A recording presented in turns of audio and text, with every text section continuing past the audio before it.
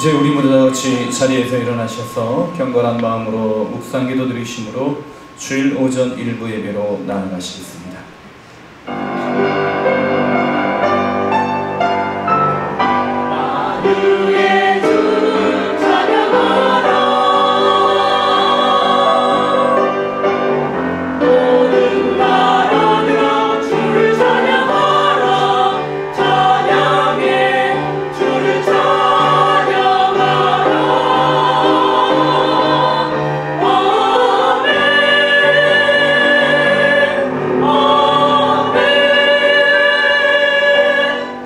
오직 여호와는 그 성전에 계시니 온 땅은 그 앞에서 잠잠할지니라.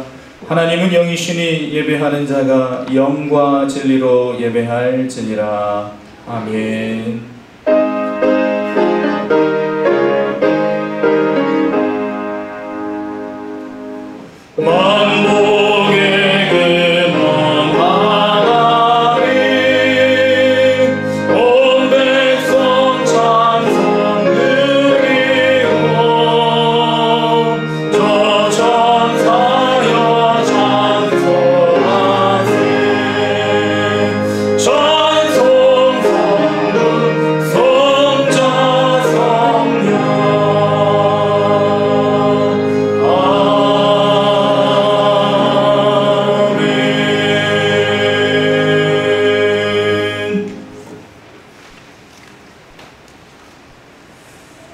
내가 기뻐하는 금식은 흉악의 결박을 풀어주며 멍에의 줄을 걸러주며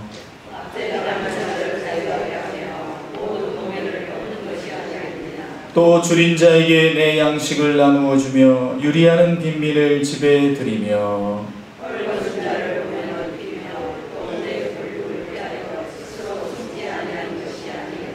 그리하면 내 빛이 새벽같이 비칠 것이며 내 치유가 급속할 것이며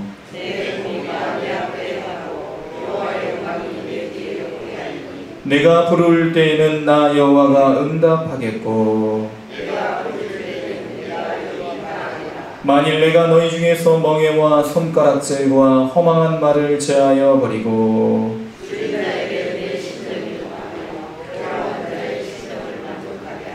내 빛이 흑암 중에서 떠올라 내 어둠이 낮과 같이 될 것이며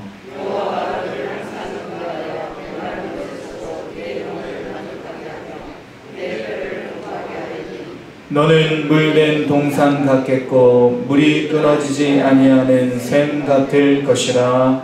아멘. 우리 이 시간 지난 시간을 되돌아보시며 우리 주님께서 우리를 위하여 행하셨던 크고 놀라우신 일들을 인하여 감사하시고 우리 주님의 뜻대로 살지 못하였던 우리의 연약함, 우리의 죄악됨을 인하여서 우리 하나님 앞에 회개와 참회의 기도, 묵상의 기도로 나아가시겠습니다. 다 같이 기도하십니다.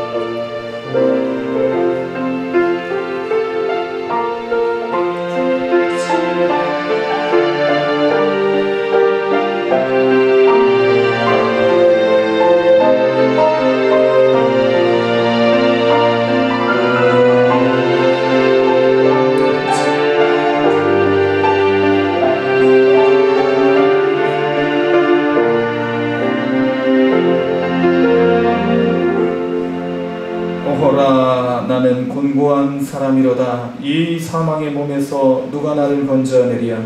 우리 주 예수 그리스도로 말미암아 하나님께 감사하리로다. 그런즉 내 자신이 마음으로는 하나님의 법을 육신으로는 죄의 법을 섬기노라.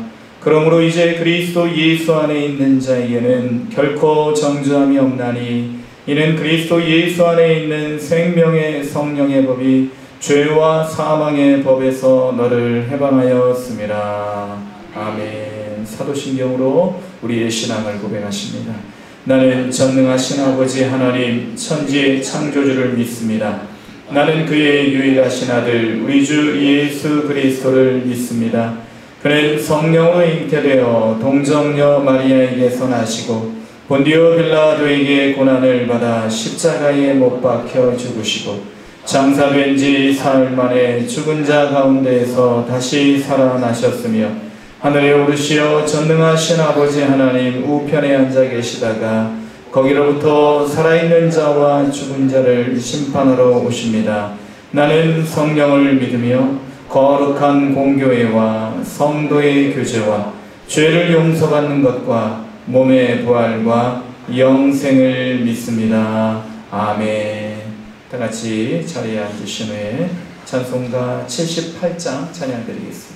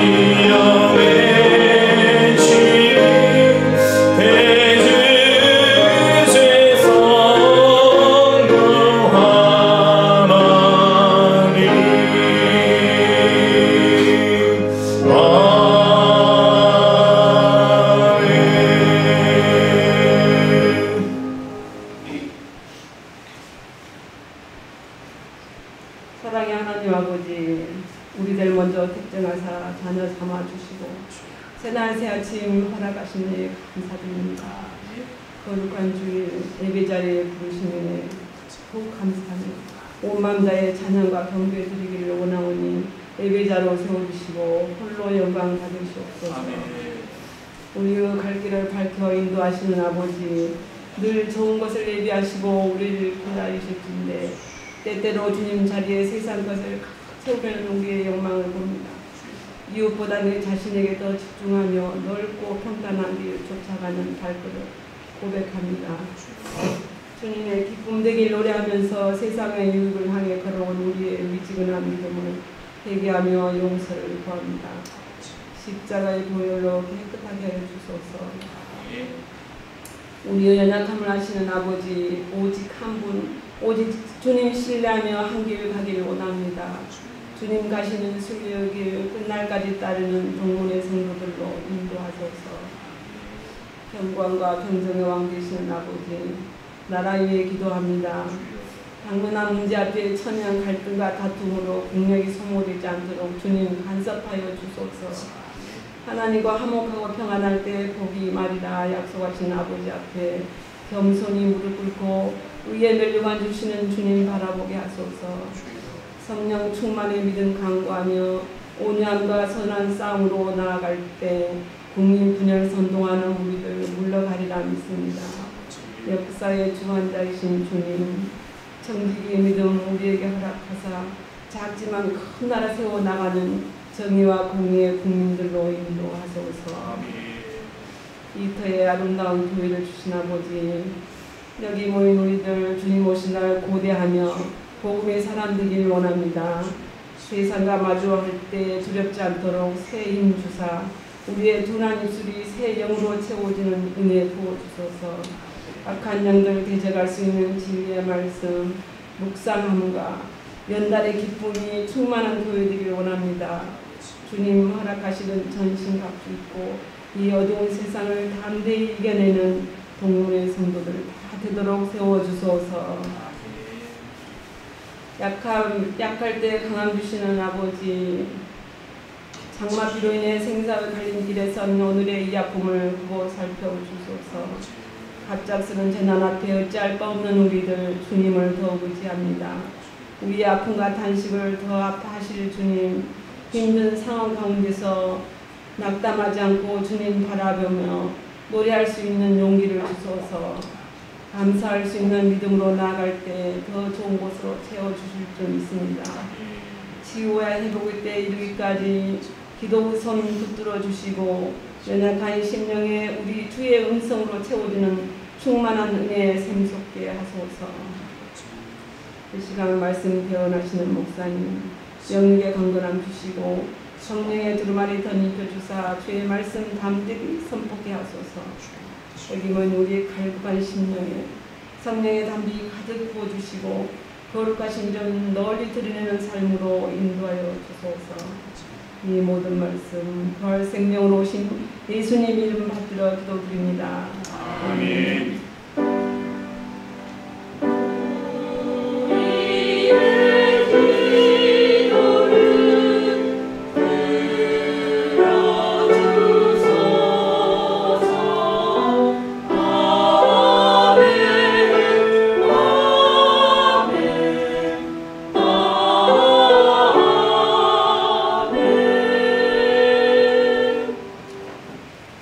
거룩하고 복된 주일 우리가 함께 보실 하나님의 말씀은 마태복음 21장 33절로 46절의 말씀입니다. 제가 가진 성경 신약 성경 35면 마태복음 21장 33절로 46절의 말씀을 봉독해 드리겠습니다. 다른 한 비유를 들어라. 한 집 주인이 포도원을 만들어 산 울타리로 두르고 거기에 즙자는 틀을 만들고 망대를 짓고 농부들에게 새로 주고 타국에 갔더니 열매 거둘 때가 가까우매 그 열매를 받으려고 자기 종들을 농부들에게 보내니 농부들이 종들은 잡아 하나는 심히 때리고 하나는 죽이고 하나는 돌로 쳤거늘 다시 다른 종들을 처음보다 많이 보내니 그들에게도 그렇게 하였는지라. 후에 자기 아들을 보내며 이르되 그들이 내 아들은 존대하리라 하였더니 농부들이 그 아들을 보고 서로 말하되 이는 상속자니 자 죽이고 그의 유산을 차지하자 하고 이에 잡아 포도원 밖에 내쫓아 죽였느니라. 그러면 포도원 주인이 올 때에 그 농부들을 어떻게 하겠느냐.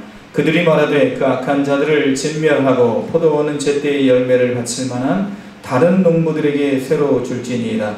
예수께서 이르시되 너희가 성경에 건축자들이 버린 돌이 모퉁이의 머릿돌이 되었나니 이것은 주로 말미암아 된 것이요 우리 눈에 기이하도다 함을 읽어본 일이 없느냐. 그러므로 내가 너희에게 이르노니 하나님의 나라를 너희는 빼앗기고 그 나라의 열매 맺는 백성이 받으리라. 이 돌 위에 떨어지는 자는 깨지겠고 이 돌이 사람 위에 떨어지면 그를 가루로 만들어 흩으리라 하시니 대제사장들과 바리새인들이 예수의 비유를 듣고 자기들을 가리켜 말씀하심인 줄을 알고 잡고자 하나 무리를 무서워하니 이는 그들이 예수를 선지자로 알미었더라.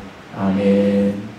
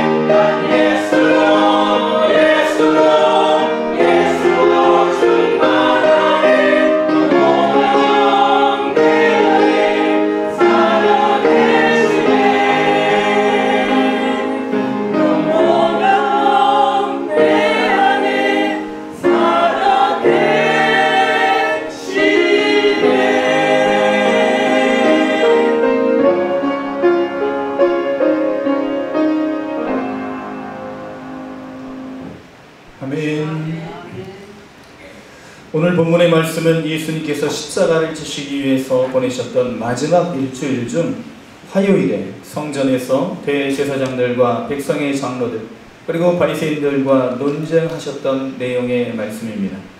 고난주간의 마지막 일주일 중 화요일에 성전에서 가장 많은 시간을 보내셨는데 이는 성전의 개혁이 이스라엘의 개혁의 기초가 됨을, 초석이 됨을 알려주시는 것이라 할 수가 있습니다. 예수님은 정치인들이 있는 궁전으로 가지 않았습니다. 경제인들이 있는 시장으로 가시지 않았습니다. 종교인들이 있는, 백성의 종교 지도자들이 있는 성전으로 가셨습니다. 성전의 개혁이 곧 나라의 개혁임을 우리는 알아야 합니다. 우리는 구한말 미신과 우상에 찌들어 미개함을 벗어버리지 못하던 때에 이 조선 백성에게 하나님께서 복음의 빛을 비춰주심으로 교회의 부흥과 더불어 민족의 중흥이 함께 이루어졌던 역사를 알고 있습니다. 그러나 지금 우리나라는 다시금 점치는 자들과 거짓 선지자, 이단 사이비가 판을 치고 물질의 우상과 세속의 우상이 사람의 마음을 사로잡고 있는 시대를 보게 됩니다. 이러한 때에 이 나라의 개혁에 초석이 되는 것은 종교도 정치도 아니고 경제도 아니고 교육도 아니고 곧 종교의 개혁이, 교회의 개혁이 이 나라의 미래를 보장하는 희망이 되게 될 줄로 믿습니다. 교회는 세상의 변두리에 있지 않아야 합니다. 중심에 있어야 합니다. 교회의 성도들이 먼저 개혁이 될 때 이 땅에 우상에 물든 백성들, 우상에 굴복한 백성들이 주님 앞으로 돌아오는 역사가 있게 될 줄로 믿습니다. 성도들의 삶 속에 교회가 중심이 되어야 된다는 말씀입니다. 예수님은 성전에서 이른바 타락한 종교 지도자들과 논쟁을 하십니다. 마지막까지 그들에게 기회를 주시기 위함입니다. 사랑의 반대는 미움이 아니라, 징계가 아니라, 심판이 아니라 무관심인 것을 우리는 또한 알고 있습니다. 예수님께서 오늘 이들과 논쟁하시며 비판하고 책망하시는 이유는 이들을 끝까지 회개시키시고자 하시는 예수 그리스도의 끝없는 사랑의 인함입니다. 사랑하는 성도 여러분, 오늘 그 사랑으로 인하여서 저와 여러분이 이 자리에 있게 된 줄로 믿습니다. 내가 선택해서 이 자리에 있는 것이 아니란 말씀입니다. 누구와의 관계 때문에 억지로 이 자리에 계실 수도 있습니다. 그러나 그럼에도 불구하고 우리는 내가 하나님을 찾아온 것이 아니라 하나님께서 나를 찾아오셨다는 사실을 기억해야 합니다. 만약에 우리가 하나님을 선택했다고 생각하신다면 우리는 선택적으로 하나님을 섬길 수밖에 없습니다. 선택적 신앙은요, 조건적일 수밖에 없습니다. 내가 생각하는 조건이 충족되지 않으면 하나님은 언제든지 내 삶의 우선순위에서 제외가 되는 것입니다. 저 끄트머리로 가실 수가 있다는 것입니다. 조건적 사람은 만약에와 그리고 때문에의 조건을 달 수밖에 없습니다. 이런 선택적 사랑은 또한 조건적이며 가변적일 수밖에 없다는 것이지요. 환경에 따라서, 사람에 따라서 신앙이 흔들릴 수밖에 없습니다. 그러나 변치 않으시는 모든 일에 실수와 후회가 없으신 하나님께서 우리를 택하셨다고 우리가 믿는다면 우리의 신앙은 안전한 것입니다. 불안하지 않습니다. 고난 속에서도 흔들리지 않습니다. 그리고 인내할 수 있습니다. 소망을 언제나 잃지 않을 수 있습니다. 실패 속에서도 두려워하지 않을 수 있습니다. 가난하여도 충만할 수가 있는 것입니다. 하나님께서 택하시고 하나님께서 하나님의 뜻대로 이루어 가심을 믿기 때문인 것입니다. 오늘 본문에 나오는 종교 지도자들은 자신들이 메시아를 선택했습니다. 자신들이 만든 메시아를 기다리고 있습니다. 그 메시아는요, 데우스 엑스 머시나, 문제 해결자의 주님이십니다. 성경에 예언된 대로 그리하여 예수님이 오셨지만 그들은 예수님을 영접하지 않습니다. 알고 있음에도 불구하고 믿지를 않습니다. 그래서 예수님을 결국 십자가에 못 박습니다. 자신들의 정욕을 이루고자 메시아를 십자가에 못 박는 것입니다. 예수님은 이들의 회개를 위해 끝까지 최선을 다하셨지만 그들은 결국 예수님을 배척하고 예수님을 자기의 삶 속에서 몰아내고 말았습니다. 오늘 이 시대에도 예수님이 성전에 오셔서 우리와 변론하시고자 하신다면 어떤 현상이 벌어질까요? 우리는 예수님과 변론하고 예수님을 배척하기 전에 예수님을 영접해야 될 줄로 믿습니다. 우리의 입맛에 맞는 예수님을 기다린다면 우리는 이 종교 지도자들처럼 예수님을 몰아낼 뿐만 아니라 예수님을 십자가에 못 박고 그리고 그 자리에 내가 만든 우상, 그 신을 세워놓을 것입니다. 오늘 본문의 종교 지도자들과 같이 우리는 실수를 반복하지 않아야 합니다. 그래서 오늘 우리가 이 말씀을 다시 한번 보고 있는 것입니다. 그러기 위해서 우리는 하나님이 어떤 분이신가를 바로 알고 하나님만을 바로 섬길 수 있는 저와 여러분이 될 수 있기를 먼저 주님의 이름으로 축원을 드립니다. 오늘 말씀을 통해서 우리가 알 수 있는 하나님은요, 관대하신 위탁자라는 사실입니다. 33절 말씀, 다른 한 비유를 들어라. 한 집 주인이 포도원을 만들어 산 울타리로 두르고 거기에 집자는 틀을 만들고 망대를 짓고 농부들에게 새로 주고 타국에 갔더니, 포도원을 만들었어요. 주인이 만들었어요. 산 울타리를 둘렀어요. 그리하여서 다른 짐승떼들이, 도적들이 이 포도원을 침범하지 못하도록 그렇게 방비를 하였습니다. 망대를 만들었습니다. 망대는요, 다른 어떤 위험한 것들이 오는 것을 관찰하는, 감시하는 그런 초소의 역할도 하지만 여기가 바로 또한 숙소의 역할도 한다는 것입니다. 그 높은 곳에 종들이, 농부들이 일할 수 있는 모든 환경, 여건을 다 만들어 주셨다는 것입니다. 주인이 그렇다는 것입니다. 그래야 해서 농부들에게 새로 주고 타국에 갔습니다. 새로 주었다는 거예요. 그래서 농사 잘 짓고 나중에 열매가, 소작이 생기거든 거기에서 얼마를 나에게 다오. 그렇게 이제 관계를, 계약을 맺고 간 것입니다. 사랑하는 성도 여러분, 오늘 하나님께서도 우리에게 이러한 환경을 주셨음을 믿으시기를 바랍니다. 우리가 살고 있는 이 지구는요, 다른 태양계의 행성과 비교해 볼 때 우리가 살 수 있는 환경이 거의 완벽하게 이루어져 있음을 알 수가 있습니다. 기후 위기로 인해서 이런 환경이 파괴되고 순식간에 한 달에 올 비가 하루에 쏟아지는 이런 기상이변이 생기고 보니 우리가 살고 있는 이 지구가, 우리가 살고 있는 이 환경이 얼마나 소중한 것이었는지를 깨닫게 됩니다. 수시로 강물이 범람을 하고 수시로 해일이 밀려와서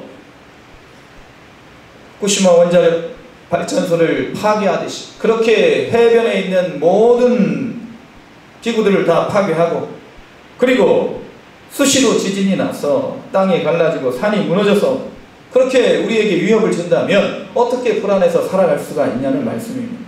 수시로 미세먼지가 공중을 뒤덮고 있으면 어떻게 우리가 숨을 쉬고 살 수가 있냐는 말입니다. 하나님께서는 에덴 동산을 만드시고 인간을 거기에 두셨습니다.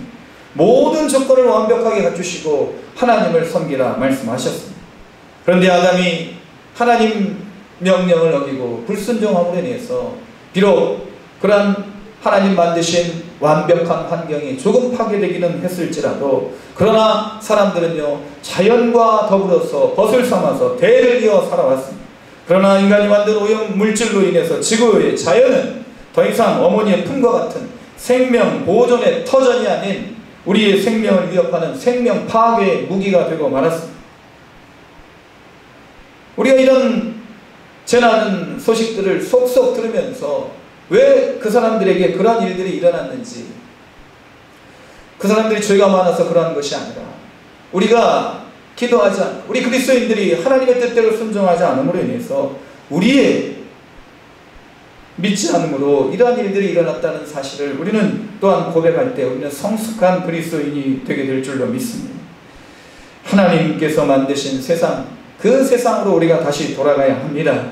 인간이 보기에 좋은 세상은요 파멸로 이끌 뿐이라는 사실을 우리는 기억해야 합니다. 사랑하는 성도 여러분, 이런 모든 위기는 하나님께로 돌아가야 된다는 것이지요. 교회도 인간이 보기에 좋은 교회가 아닌 하나님 보시기에 좋은 교회가 되어야 됩니다. 우리의 가정도 인간이 보기에 좋은 가정이 아닌 하나님 보시기에 좋은 가정이 되어야 됩니다. 주님께서 비유로 드신 이 포도원은요 글자 그대로 모든 일할 수 있는 환경이 완벽하게 이루어진 곳이었다는 사실입니다. 예수님께서 그걸 말씀하시고 계시는 거예요. 그냥 척박한 환경에서 너희들이 갈고 이루어서 그렇게 포도원에 나무를 심고 그리고 닥쳐오는 모든 위험들을 너희들이 스스로 방비하고 그렇게 너희들 스스로 노력해서 소출을 내거든 그것을 나에게 가져와라, 그렇게 말씀하신 것이 아니라는 것입니다. 모든 환경을 다 만들어 놓고 그저 그냥 너희들은 농사만 짓고 거기에서 살면서 그리고 열매를 맺어주면 하나님께서 맺어주시면 그것을 내게로 가져와라, 그렇게 만들어 주시고 우리에게 그런 환경을 허락해 주신 것입니다. 사랑하는 성도 여러분, 모든 것이 다 하나님의 은혜인 줄로 믿습니다. 내 것이 아니라 하나님께서 위탁하여 주신 것이라는 사실을 우리는 말씀을 통해서 기억해야 합니다.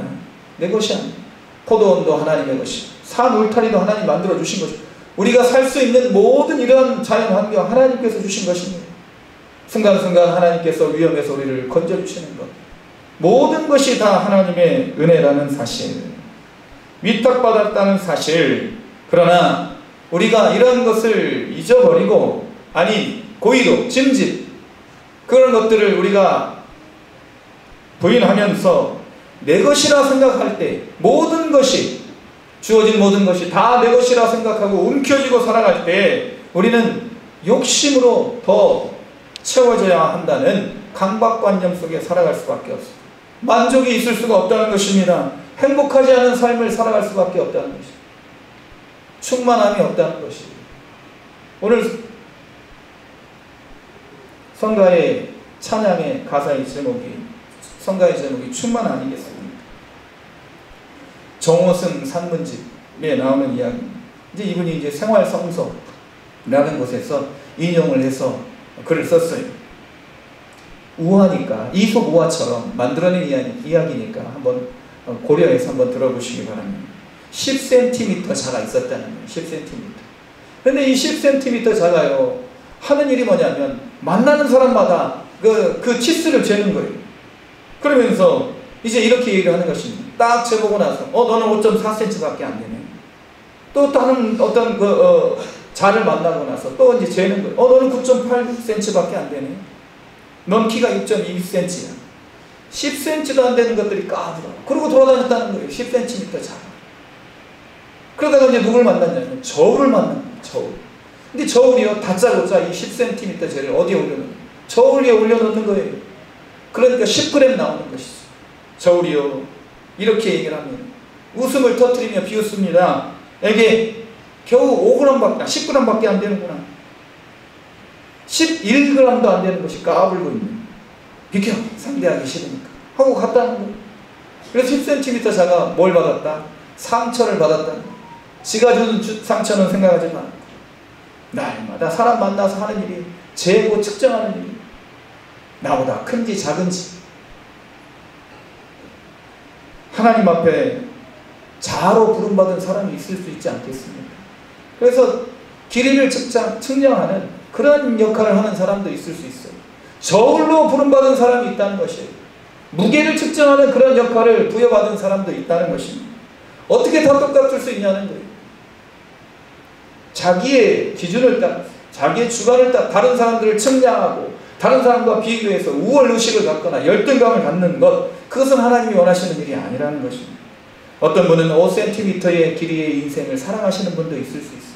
어떤 분은 10cm의 인생을 살아가는 분이 있을 수 있다는 것입니다. 어떤 분은 저울에 올려보니 제법 무거운 역할을 맡는 그런 분들이 계실 수 있습니다. 어떤 분은 저울에 올려보니 좀 가벼운 역할을 맡는 분이 있을 수 있다는 거예요. 그러나 5달란트, 2달란트, 1달란트 주시는 분은 하나님이시고, 그 역할을 우리에게 맡겨 주셨을 때에는 그 역할에 비교를 하라고 주시는 것이 아니라 그 역할에 따라서 충성하라고, 그리고 하나님께 영광을 돌리라고 하나님께서는 우리에게 역할을 주시고 본분을 주시는 줄로 믿습니다. 그래서 하나님께서 우리는 이런 모든 것들을 위탁하신 거예요. 그러할 때 우리는 삶에 만족이 있다는 것입니다. 내가 내 것이라고 주장할 때는요, 만족이 없어요. 욕심 때문에, 아니면 다른 사람과 비교하는 것 때문에 만족이 있을 수 없다는 것입니다. 하나님은요, 모든 것을 완벽하게 만들어 놓으시고 우리가 살 수 있도록 환경을 허락하시고, 하나님께서는 우리에게 각자의 분량에 맞는, 본분에 맞는 그러한 역할을 주신 줄로 믿습니다.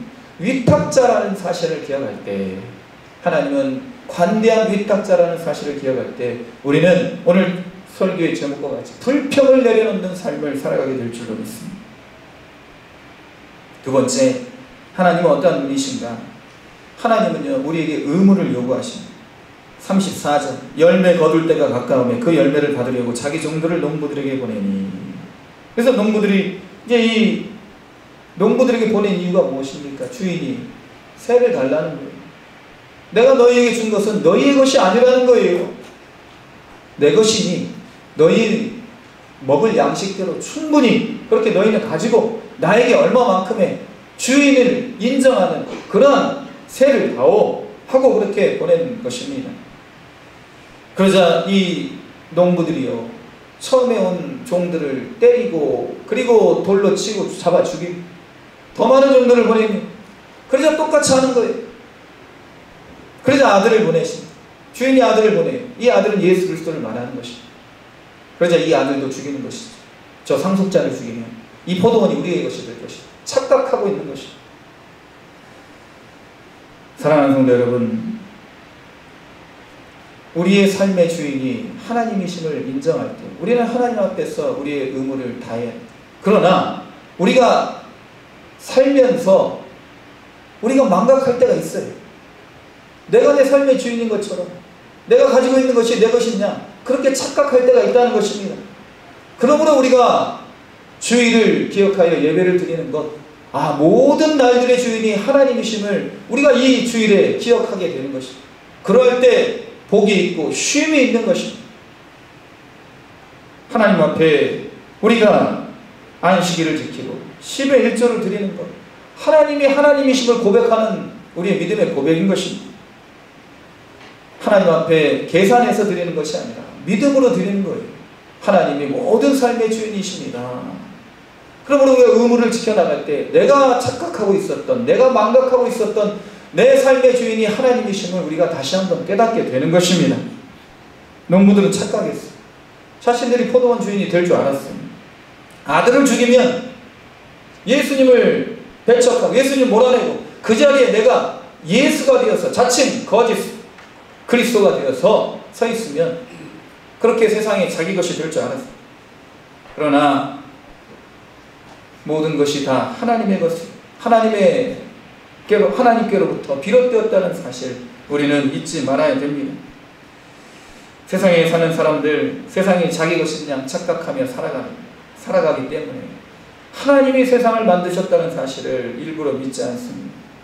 하나님께서 이것을 믿게 하시려고 선지자를 보내시고 예언자를 보내시고 또 모든 말씀 전하는 자를 보내셨지만 그래도 믿지 않습니다.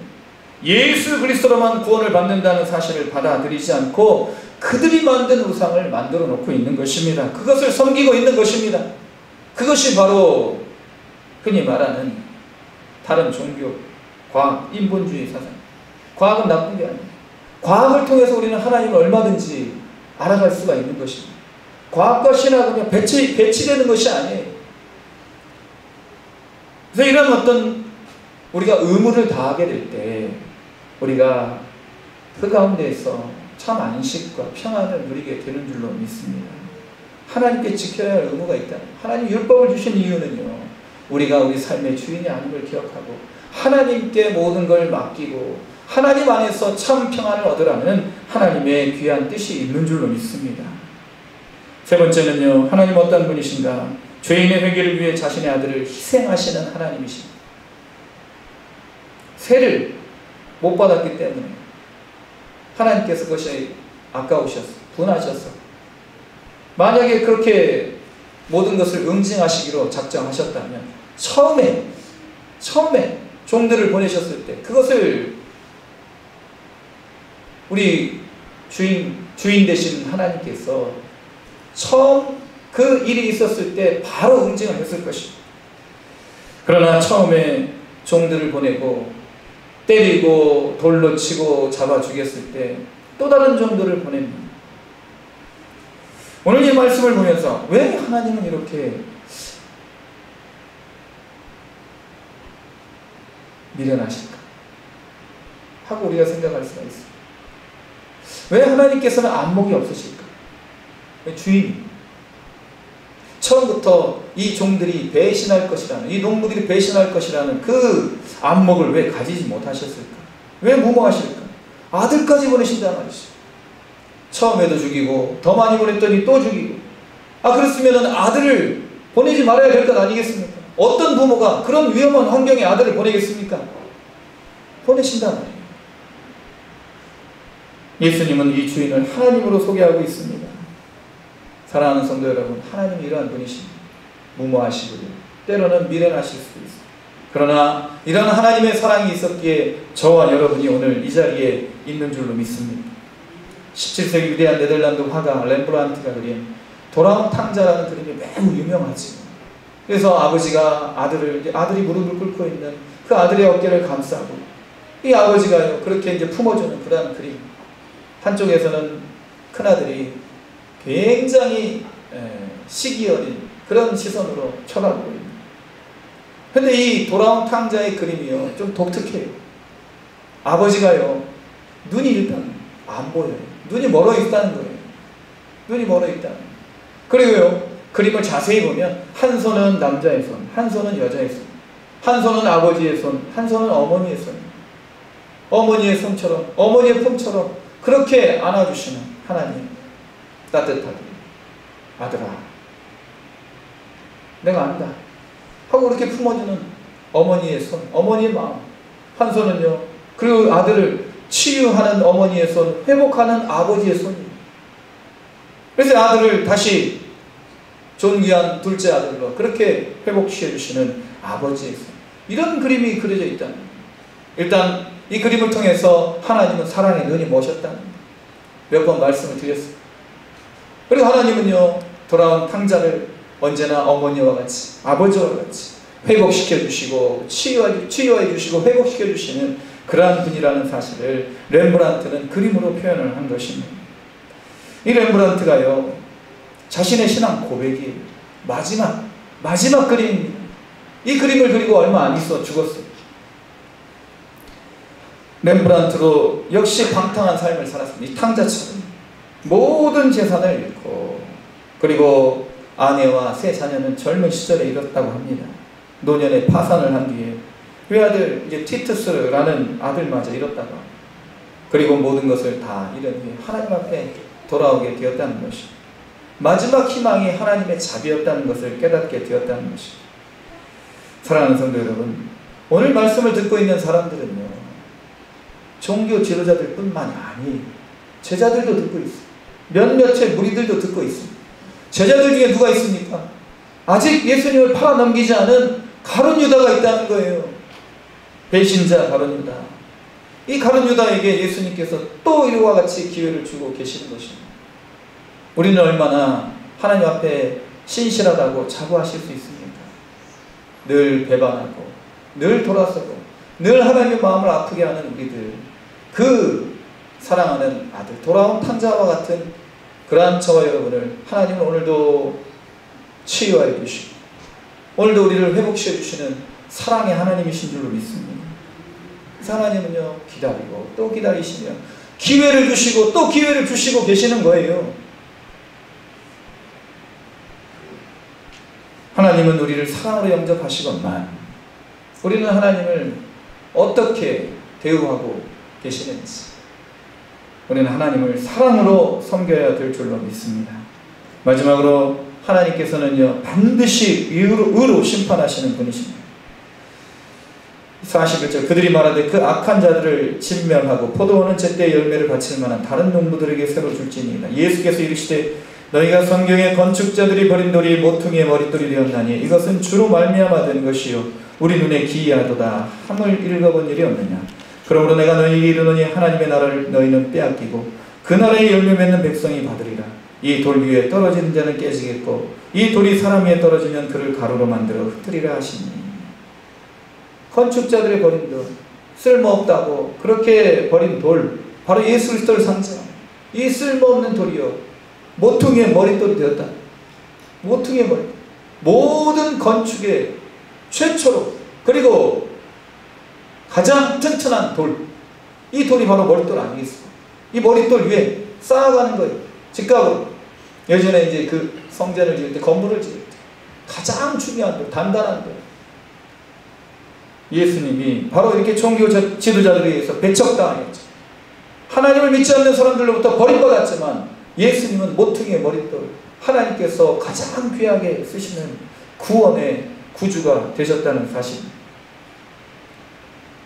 사람들은 버렸지만 하나님께서 예수 그리스도를 높이셔서 예수님은 마지막 때에 만왕의 왕으로 심판의 주로 이 땅에 오십니다.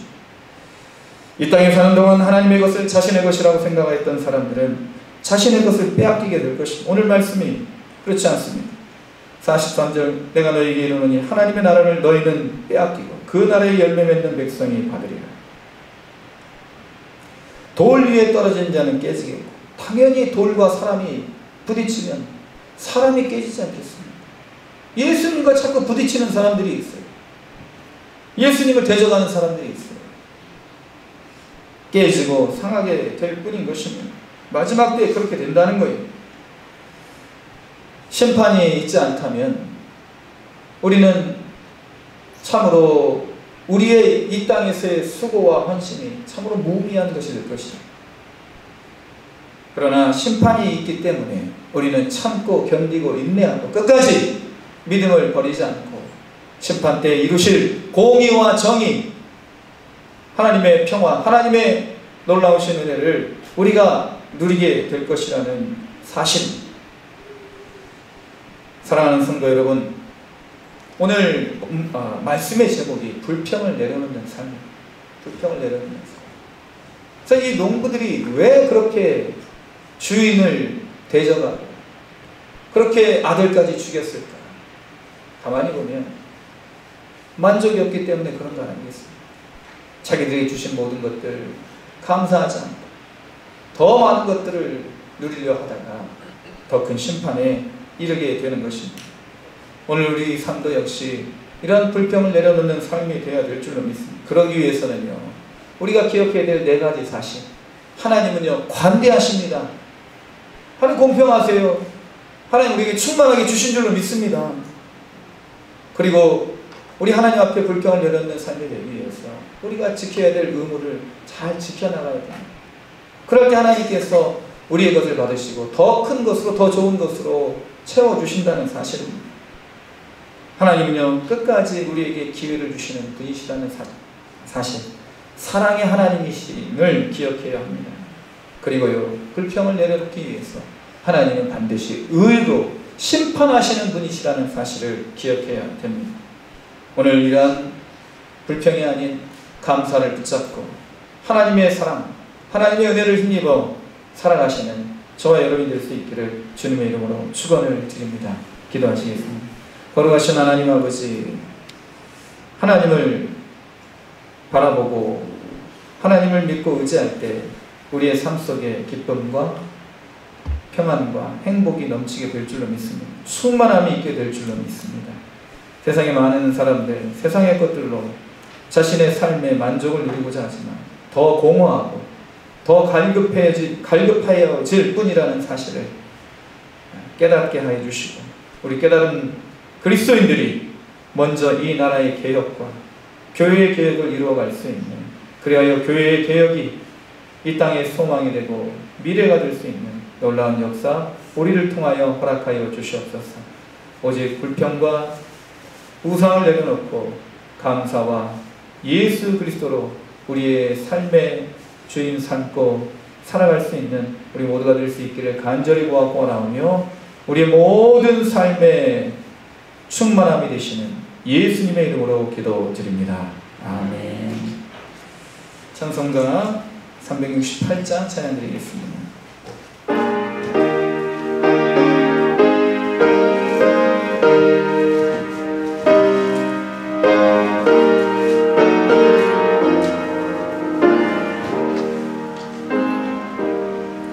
주의 수여 은혜를 내려주사 곧 충만케 하옵소서. 이 주님도 목마른 나의 맘에 주 성령을 주소서.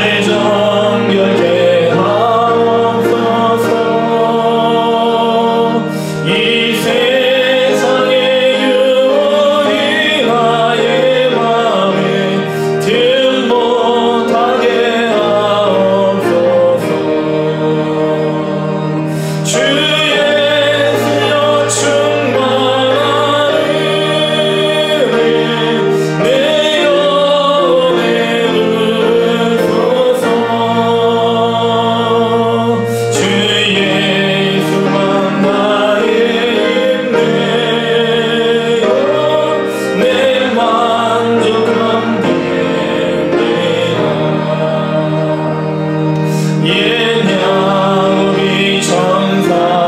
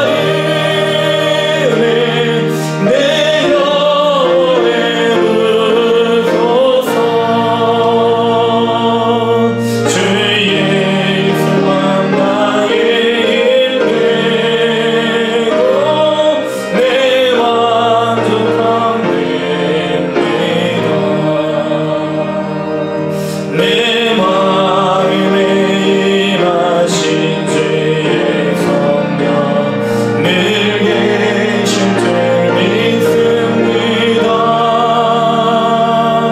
그 은사를 나에게 부어주사 주 섬기게 하옵소서.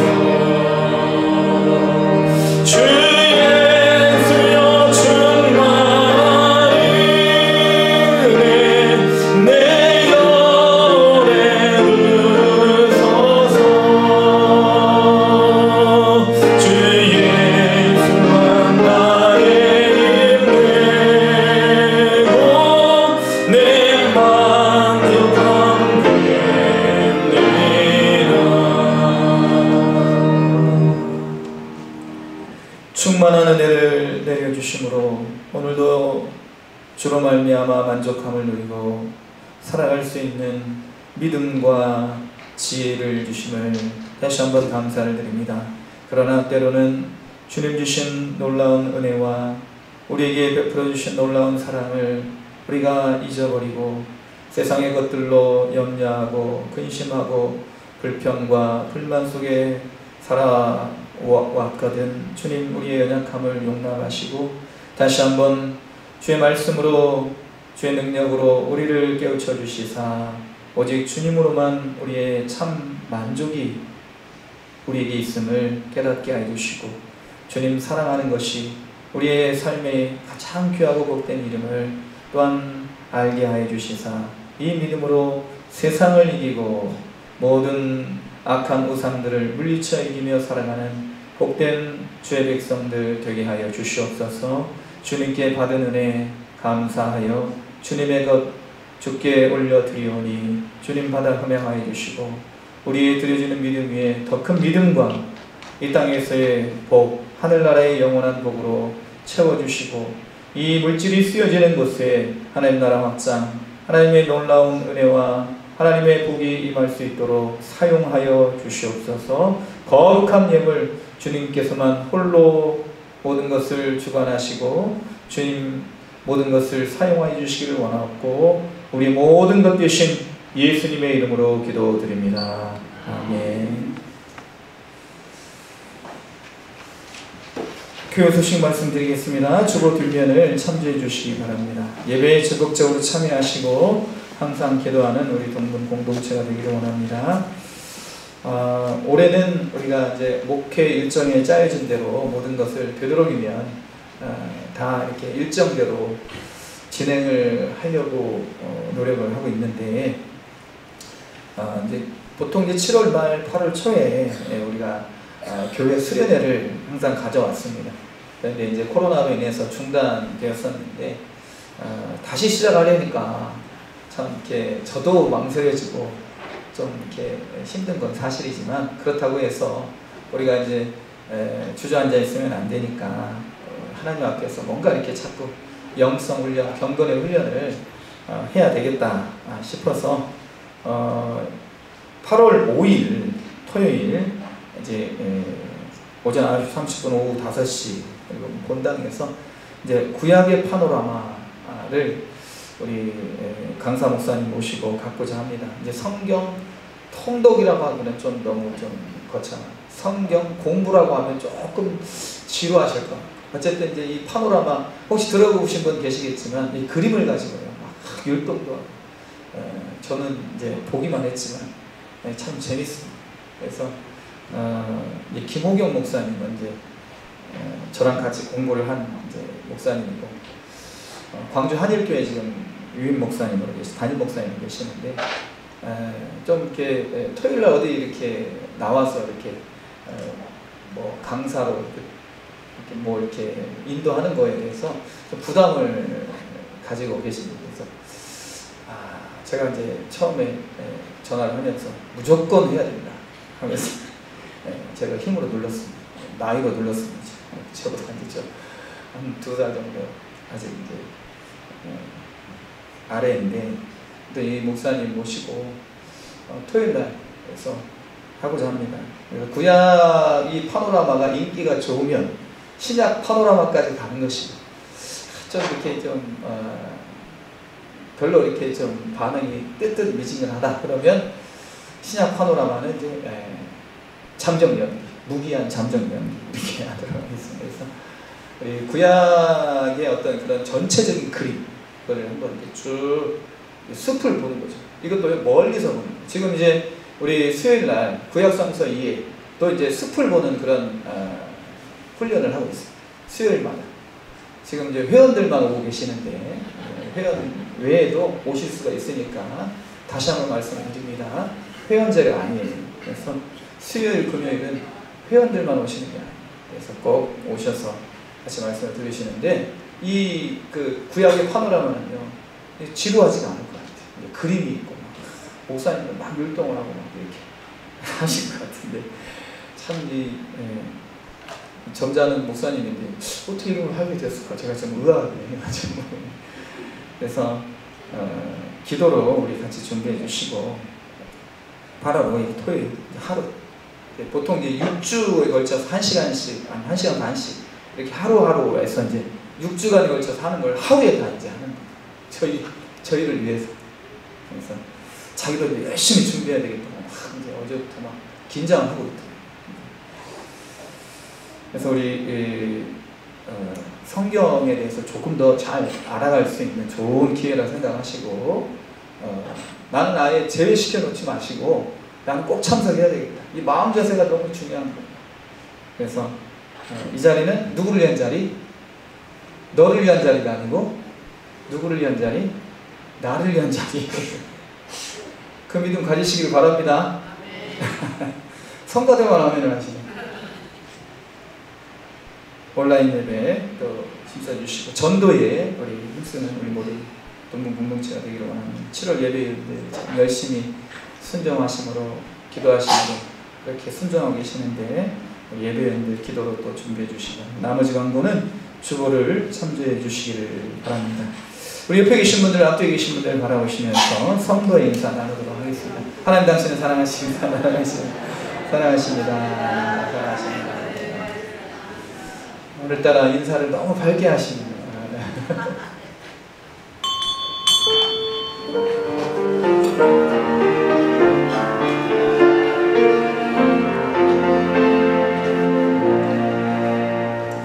하늘에 계신 아버지 이름 거룩하사 주님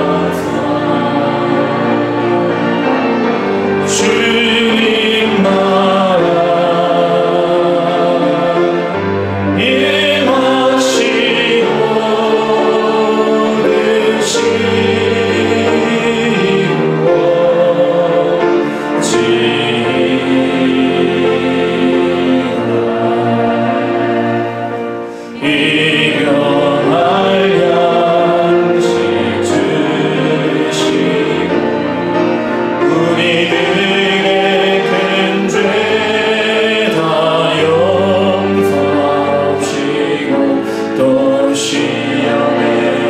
임하시고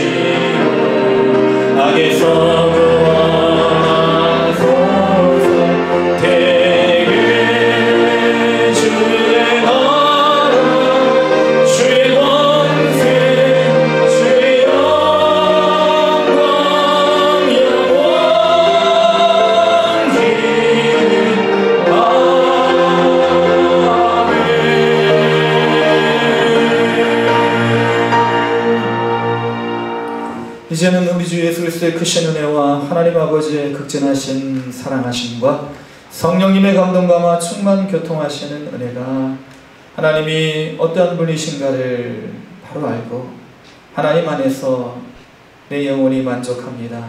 나는 충만합니다.